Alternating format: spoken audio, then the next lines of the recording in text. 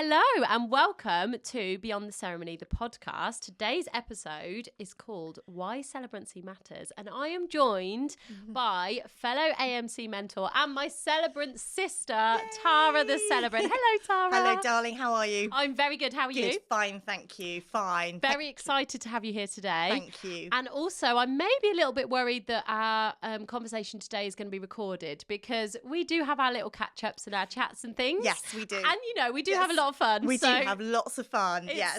It's going to be good fun today having the microphones with us too. So it's all on record, everything that we talk about today. Yeah. So first of all, Tara, let's just have a little introduction. So tell me about you and your celebrant business. Who is Tara the Celebrant? Absolutely. So, well, thank you for having me. You're welcome. welcome. I'm obviously Tara the Celebrant. This is my 5th full year as a celebrant. I trained in 2019. So, and just a role, I think, as we all do, we absolutely love. Celebrancy is amazing. You just found something that was like, this is for me. Absolutely, definitely. And actually, I think I've talked about this quite a lot on sort of webinars and sort of other platforms.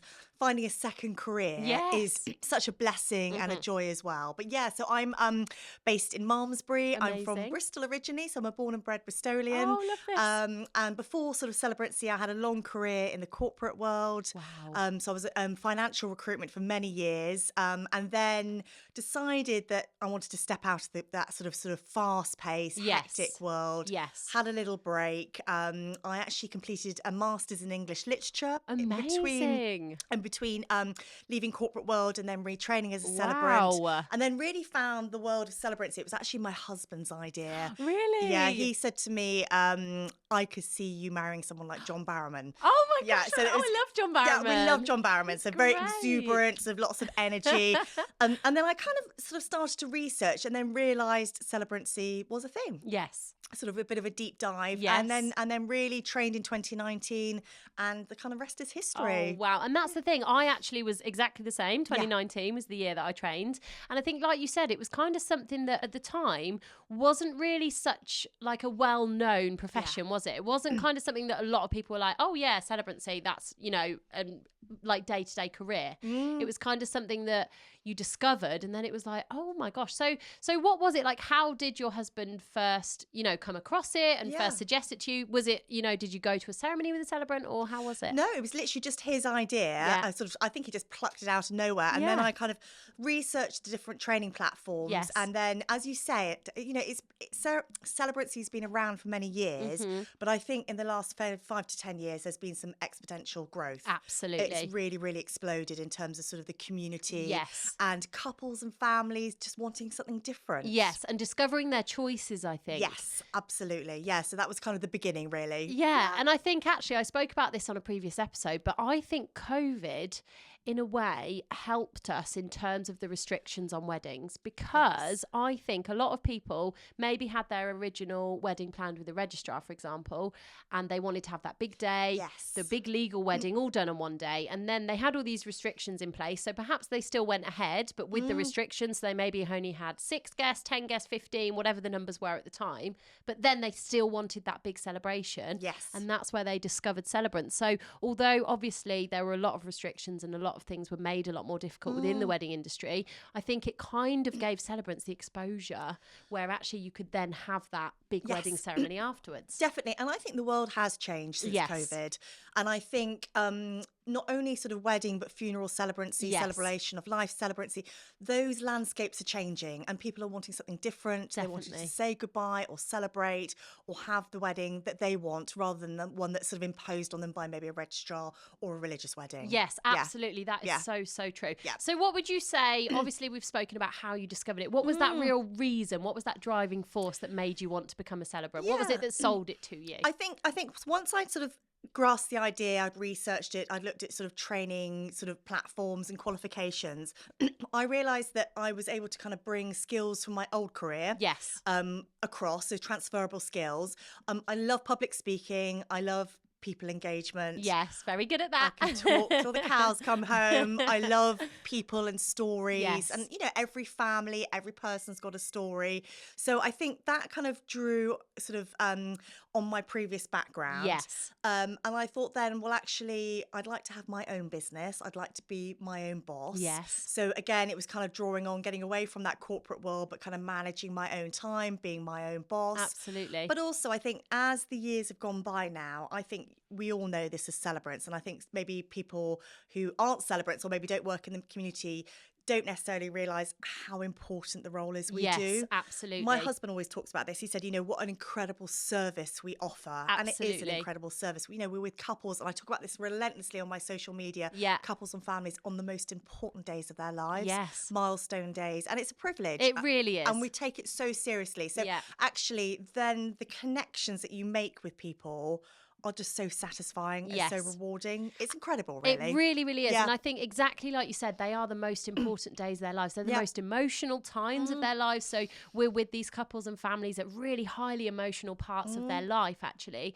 So to be invited into that is such an honour and such a privilege, like you say. And that's exactly what we're going to talk about today. So why celebrancy matters. Yes. I think a lot of people, specifically wedding celebrants, obviously it is similar with funeral celebrants, but more so I would say wedding celebrants, from what you see on social media, the pictures that you see on a wedding day, of course it all looks beautiful. You turn up to a wedding in your lovely fancy suit or your posh frock or whatever, you go and be a part of somebody's wedding day and you have loads of fun, and it's a great, fantastic, it looks great and it looks good fun, but actually that's just the surface. That's not the meaningful side that actually goes on. Absolutely, definitely. And obviously we're going to talk further about that, but I think one of the other things that's really important to note is, and sometimes I've had this in sort of testimonial feedback, that I'm a very safe pair of hands. Yes. So I think, we're entrusted with days that are very important to people. Yeah. And, highly emotional days. Weddings can be very pressured. So actually delivering a smooth ceremony from start to finish is really important as well. Being well organised, sort of recognising there might be maybe some more trickier situations to navigate and handle, which happens to all of us, and just making sure that they get the ceremony of their dreams. Absolutely. That's so true. And I think that's the thing. It's as much about knowing what to do as it is knowing about what to do when things go wrong. Yes. So when things go right, obviously it's perfect and it all goes to plan. But when those things maybe don't go quite right, that's also so important that we are professionals and we know what we're doing. Okay, so on that note then, Tara, what would you say makes a celebrant ceremony meaningful? So what is that emotional significance of a ceremony? So I think it's if I just take it back a little bit, just in terms of ceremonies in general, and sort of maybe ceremony symbolic rituals, they've been around for hundreds and hundreds of years. And it's it could be as we say, a wedding, a rite of passage, about saying goodbye. So it's I think, and it's been part of sort of religion and cultures and all sorts of different country traditions for many years. And I think actually as independent celebrants, we're able to kind of weave all those together. Absolutely. And add all those different nods dependent on the couple or the family that we're working with as well. But I think the emotional significance is really important, because I think, again, it comes back to those milestone days. And I think it's us recognising that saying goodbye to that person and that rite of passage for that family is really important. Absolutely. It could be that a ceremony is being put together if someone is maybe very poorly. So there's so many different layers to it, just in terms of that sort of emotional side, if that makes sense. Yes, absolutely. And I think that's the thing. For myself personally, I decided that I was ready to train in funerals. It was only 12 months ago, but I decided to do that after I lost a very dear friend, because I realised that emotional significance of the celebration of life, of that funeral day. It kind of felt like nothing I did was enough, and I was there to try and help the family, and I spoke to her celebrant and gave her stories and wrote a little poem that I read out at the service, but it just felt like nothing I did would be enough, and it was like I had to really put everything into that. And I think that's exactly what you say, that emotion. It's such an important day that it really needs to be right, and I think we as celebrants need to recognise that significance and help the family or the couples with that, and really making sure that those emotions and that meaning behind it is definitely incorporated. Definitely. And I think as the celebrant community continues to grow, and I think as there are more and more couples and families wanting a celebrant-led ceremony, there's more and more people attending them and seeing them. They recognise then the input and what we're doing. We're navigating and steering a difficult day, an emotional day, a joyous day. And actually a huge amount of work goes in the run-up to those days. Sometimes, as we know, as we're experienced wedding celebrants, it could be a 2-year lead time. Yes, exactly. I mean, I've turned a wedding around in 5 days as well. Wow, which is a bit crazy. Mine's like 5 weeks is my record, so 5 days is amazing. Back in the pandemic, it's normally much longer than that. Wow. You know, and funeral and celebration of life ceremonies are shorter, but actually in that space of time, it's our role and our responsibility to understand that family, understand their needs. And I think you just talked about then about sort of, you know, officiating for, you know, a friend. When I did my training in between weddings and funerals, my dad died very suddenly. Oh, I'm sorry. And you know, thank you. And I made a decision then that there was no way that I could go back to a crematorium, and I just couldn't be in that space. However, like you, my funeral and celebration of life business has been going for about 13, 14 months now. And towards the end of 2023, it would have been, I received a call from a gentleman and his best friend had passed away. And they couldn't get a celebrant. Yes. So they tried this sort of list, and my husband said to me, I think it's time now.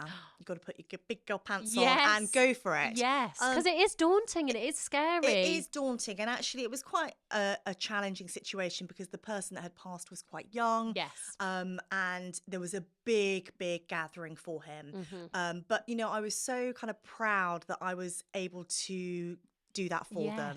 Yes. And then, as you say, you sort of it builds from there as well. And it takes a bit of time. And I think you come to different areas of celebrancy when it's right for you as well. Agreed. So we often see students coming through the Academy of Modern Celebrancy that maybe do weddings first or funerals later, or they go for all three. Some people, it's sometimes life experience. Yes. And I think that's what happened for you and for me. We'd been in a position where we understood grief, or we'd been in a position of grief, and therefore empathy is incredibly important in that part of role as well. And I think that's something that you and I, you know, separately we've discussed, haven't we, when we've had those family meetings, and it's still something that everyone's always surprised when they go, oh, you do weddings and things, but how do you do funerals and how can you do it? But I said that privilege that you get from being a part of that experience for somebody, and knowing that, exactly like you said, you want to give them that service and make sure that it's done right. But we are still human, and we do still have those moments where you go, wow, that was a really difficult meeting, or there were certain parts of that really, you know, hit deeply. But I think it's, as professionals and trained celebrants, we kind of balance that, our own emotions, with actually guiding this family and helping to support them and helping to guide them through their emotions as well as you make it towards the actual day itself. Definitely. And I think they're both quite different, weddings and funerals, but there are things that kind of cross over and blend as well. But I think going back to sort of the funeral and celebration of life side, and we talk about sort of the emotion of ceremony, I think, yes, when we sit with our families and we spend time and we understand about the person that's passed, sometimes it's just creating a safe place for them to be able to sit and communicate and share their wishes. Maybe the person that's passed has left their wishes as well in terms of the ceremony content.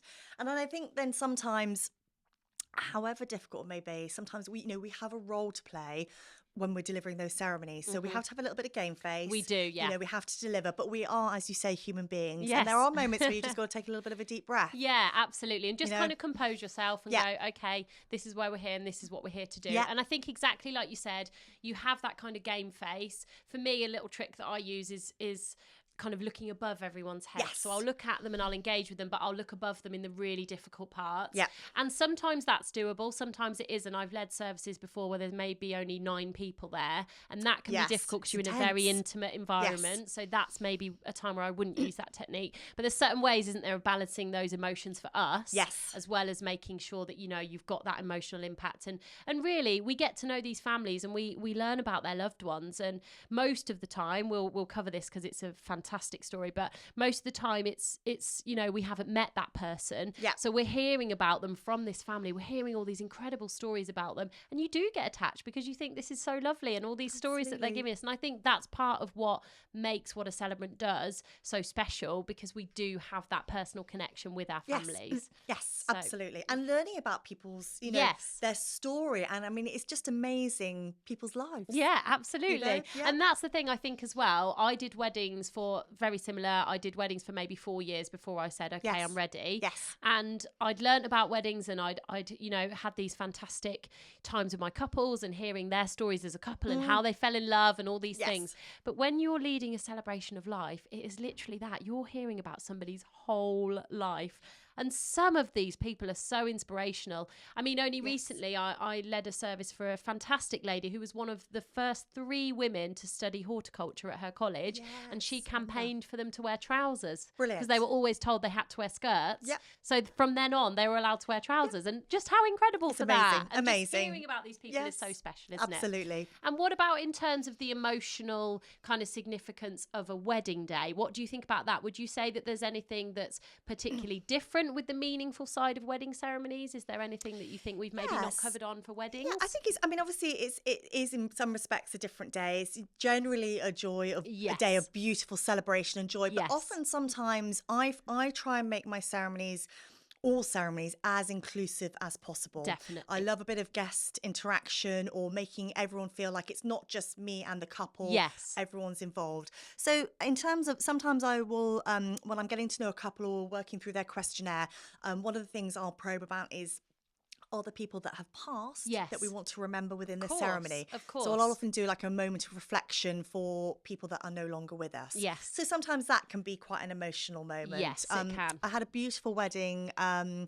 couple of years ago, actually, in Bristol. It's a lovely story. And actually at the top of the hill of where this venue is, there's a maternity hospital. Oh, really? And the bride was born there. Oh, wow. And very sadly, the bride's mum had passed a while back. So we did a moment of reflection for her. But we also built into the story as well the fact that her father picked her up from the hospital at the top of the hill as a baby, but he was bringing her back to this venue for her to get married. Oh, that is so lovely. So I think, again... Oh, just acknowledging those emotions. Yeah, those emotions, but also just through the process and the detail that we really deep dive into and getting to know our couples, we kind of extract all this information to build all those emotional points in there as well. So ceremonies are generally fun and full of laughter, but there's some nice emotional points as well. There really are. And I think that's the thing. If you were to, you know, go for a church wedding or a registrar-led wedding, most likely you're not going to have those moments in there. So I think that's where the emotional significance of using a celebrant, you're putting all those emotions into it. And it is such a personal script, because that is exactly what we do. We want to get to know you and include those moments that matter for you and make sure that they're in there, and recognizing those really significant people. And I think as well, the other thing that I've realized from my wedding ceremonies in the emotions is the nerves as well. Is such a big part of it, isn't it? Like definitely. It's such a big day for our couples, and they can get so nervous. And I always like to, you know, see them both before the ceremony if I can, even if, you know, one of them's just arriving just before. I'll just go and say a quick hello before we go and start. But it's like calming those nerves as well, learning about those emotions. You've got to know them. And I think part of what we do is we get to know them all the way along. And I always like to say to my couples, look, I'm there at the end of the aisle waiting for you with your partner. You're going to be able to feel relaxed because we all know each other. It's just us 3 in a bubble. If you're feeling nervous that everyone's watching, don't. Just think about us 3 hanging out, having a chat. Absolutely, definitely. And that's actually one of the things that I do ask couples, maybe on a Zoom or the first meeting, is how do you feel about the ceremony? Yes, great. And actually, more often than not, one will be more nervous than the other. Yes. Both of them might be. So again, it's that creating that safe space. As you say, focus on me.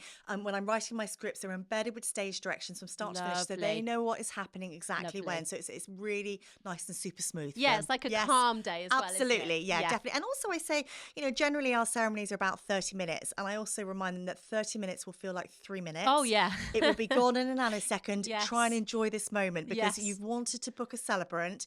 You wanted that tailored experience. Let's try and make it the best possible experience. Absolutely. And I love that. It's so true. Yeah. So we've talked about the kind of emotional significance of a ceremony. What about the kind of cultural significance? We've touched on it very slightly, but what do we think are some of those more cultural, you know, meanings behind ceremonies? I mean, I'm really fascinated by this, because I think actually, and this is something something that we train at the academy in the first part of our wedding course, actually. Sort of, you know, cultural beliefs, what things could be woven in. And often we build in symbolic rituals like hand fastings and ring warmings and sand ceremonies, but it can go beyond that as well.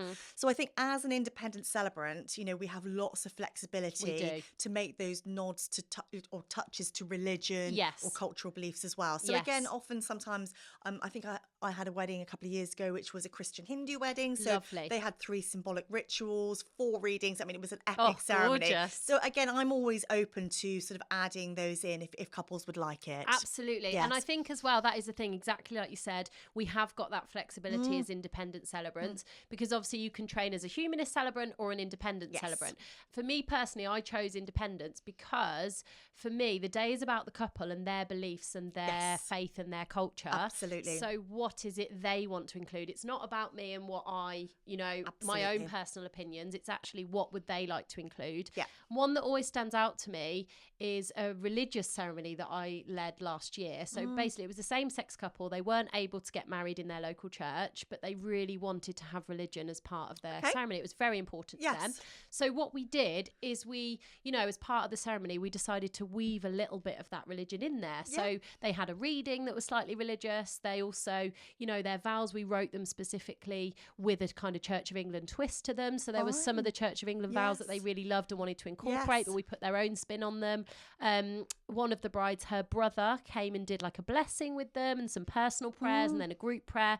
And it just meant that they could include all that, which was so important to them and such a big part of their life that if they hadn't included any of it on their wedding day, it would have felt very off. Absolutely. So it was so lovely and to know that they could actually do that and you know, include all those things. So I think if people are considering to, you know, have a nod to their culture or their religion, then absolutely when you use a celebrant, it means that you can. Yes, absolutely. And how special is that? Yes. You know, you were able to create the ceremony of their dreams. They couldn't have it in a church, but you created that in a space that was important to them with all the things they needed. I mean, I think that's the beauty of being a celebrant. It really, really is. It's fantastic. Yes. So can you tell me, Tara, about a particularly memorable ceremony that stands out for you? I know we've spoken about a few, but is there one that really sticks out? Perhaps it was emotional or maybe felt a bit more meaningful for some reason. Yeah, I mean, it's a little bit of how long is a piece of string? Yeah, there's quite so a many. few when I was thinking about that. I bet. So I think I probably got 2 or 3, and then maybe we'll talk about one that I'm working on currently, which is going to be very emotional. But I think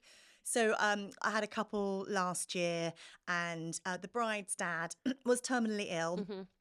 They weren't sure if he would be well enough to walk her down the aisle. Oh, wow. But he was. And it was in a beautiful venue space where actually, instead of the seating sort of being uniform that way, it was sort of all semicircle style. Lovely. So it felt very comforting, warming. Yes, lovely. And actually, it was just an incredibly special moment. I will often ask a couple when I'm working with them about what they want to do about when someone walks them down the aisle. What kind of wording do they want? Of course, We never really use the wording who gives the giving hand. away, none of that. All kind of gone now.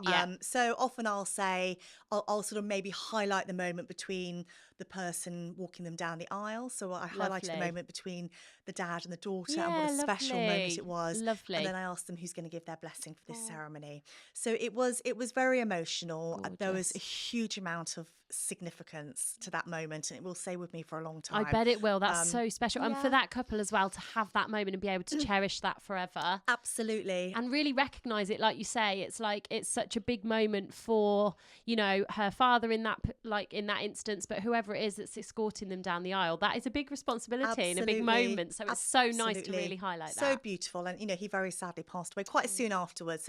So again, to be with them in that moment and to hold that space was very special. It's beautiful. And I think I also mentioned to you, I was contacted last year by this couple who it was probably the most unusual venue booking that I'd ever had. So this lovely couple both owned 1930s military vehicles. Wow. So quite something. Gosh. And they'd met at a vintage military fair, which was just, I mean, a huge, absolutely epic. And fallen in love. It was sort of, you know, a second love, second marriage. And they were very, very aware that they needed to do their legal separately, but they wanted some form of ceremony in this space because it was so important to them. Oh, I love it was this. kind of like a chance meeting. Oh, I love this. So I worked with them and we created a ceremony which was absolutely beautiful. We did a hand fasting and they created a space. The weather was terrible that day, so we had to kind of move things indoors, but within like a semicircles or military vehicles. Oh my gosh, so just that's incredible. Just an example of one, giving the couple their absolute dream ceremony where they wanted it to be, but the flexibility we can offer as celebrants. Yeah, and absolutely. Really, it was like a dream day for them. So that was absolutely amazing as well. Yeah, because actually, like you say, it's not just about the relationship that can be emotional and significant. Actually, the place, the venue, like being able to offer a ceremony anywhere you want is so incredibly special. And I think that's the thing. Like, I did one last summer and it was a wedding ceremony at a family home in the Cotswolds. Yeah. But the couple live in Australia and have done for a long time. But this was the family home. So they'd all flown in. She was Swedish, he's Australian. Okay. So they'd all flown in and spent their, wedding week at this beautiful family home that, it's just such a special place to them and so meaningful. Yeah. And yet they could have their wedding ceremony in the garden of this beautifully significant place. So I think exactly like you say, that's so true. It's the emotional significance of the venue as much as it is about the story. Absolutely, definitely. And then another example was I had a couple the last year I conducted their ceremony, and when I conducted their ceremony they were 6 months pregnant. Oh, amazing. So it was a beautiful intimate micro wedding in Bristol, and it was amazing. And then they contacted me when their son was born to conduct the naming day. Yeah. So we then conducted his naming day on his first birthday in the family home. Beautiful. But again, I think, we know this. Once you have established yourself as a celebrant, as the years go by, those connections, you have people who come back to you with other milestone ceremonies. Absolutely. So that's really special as well. And you build that relationship with your families and your couples, and actually you become their family celebrant, really, don't you? Absolutely, definitely. And in fact, I had a wedding last year, and in fact, the bride sent me a message saying, I can't wait to book you for future other milestone ceremonies. I'm like, yes, please. So thank you very much. You can be the family celebrant. Absolutely, definitely. And then I think just the final example I'd like to share with you, and I've talked to you a little bit offline about this, Laura, is this is going to be a hard one on me just as a human being. So I was contacted by a lovely lady who lives not that far away from me, and she is very sadly terminally ill. So she originally contacted me in terms of her wishes for her funeral, her celebration of life. Yes. Then as we got talking and we really connected on the telephone, she was asking me about sort of wedding celebrancy, how it works in the UK. She's been with her partner for a long time, how it would work if she maybe had a registrar wedding. And then she sort of shared with me things that she wanted, just in terms of where she would like her venue to be, ceremony content. So long story short, this Saturday I'm conducting a commitment ceremony for her and her partner. How incredible. With her nearest and dearest. We've created something off the charts amazing. Wow. There's some beautiful elements in there. Oh, wow. We've got a surprise ring bearer. Her daughter's going to be best woman, and some other lovely, beautiful surprises. So it's going to be very, very special. I know then I have to do the next ceremony at some stage. Yes. And also, it's quite an unusual situation, but I think something that's going to happen more for people because people are expressing their wishes ahead of, if they know they're going to pass or they're very poorly. So I think it's going to be harder on me because I've spent time with her and I've connected with her. Really well. But I am her chosen person. And so therefore, I know that I've made this process really special for her. You will do an incredible job. And because you've got to know her, not only just to talk about the celebration of life, but actually for this beautiful commitment ceremony, you know her on such a deep level that you are the only person that could deliver that ceremony in the right way. And that, how special is that? It's and again, so special. The honour and the privilege to be entrusted with that must just be incredible. It's amazing. It's amazing. So it's beautiful. But best job in the world is what I always say. It really, really is. You're so true. Yes. And I think, what would you say? I always like to finish with this, especially when I've got a guest on. What's the one piece of advice that you would give to anyone who's listening right now and they're considering training as a celebrant? What's your piece of advice? I mean, it's like any role or job or business. You have to work hard at it. And I say this to students that I mentor or when I'm talking on the webinar for the Academy as well. It's an amazing role. It's such a varied role. It's a role full of deep emotion. Yes. But it takes time and you've got to be consistent. So I say, if you're considering it, go for it. If your gut instinct is telling you this is right for you and you have the right skills for it, then go for it. But give yourself time as well. Yes. You know, as I said, this is my 5th full year. You're probably very similar to me as well, Laura. Absolutely. And it takes time and you've got to be consistent and you've got to be visible. Yeah. And you've got to take the highs with the lows, because that's what life is all about as well. Absolutely. Yes. And I think, like you say, going from such a, you know, a corporate environment to then going to running your own business, it's such a massive difference. It's a big change. So it really, really is. But I think trust in the process and just go for it and work hard, and then it, you know, the results will come. And I said to somebody the other day, your people will find you. Yes. And I think that's probably, I gave you a few bits of advice, so I do apologise. No, it's fine. We like it. But your people will find you will be my final bit of advice. Oh, I love that. Well, Tara, thank you so much for joining welcome. me on Beyond the Ceremony, and our topic today, of course, why celebrancy matters. And a big thank you, Tara the Celebrant. Yay, thank you. Come back again, please. Absolutely.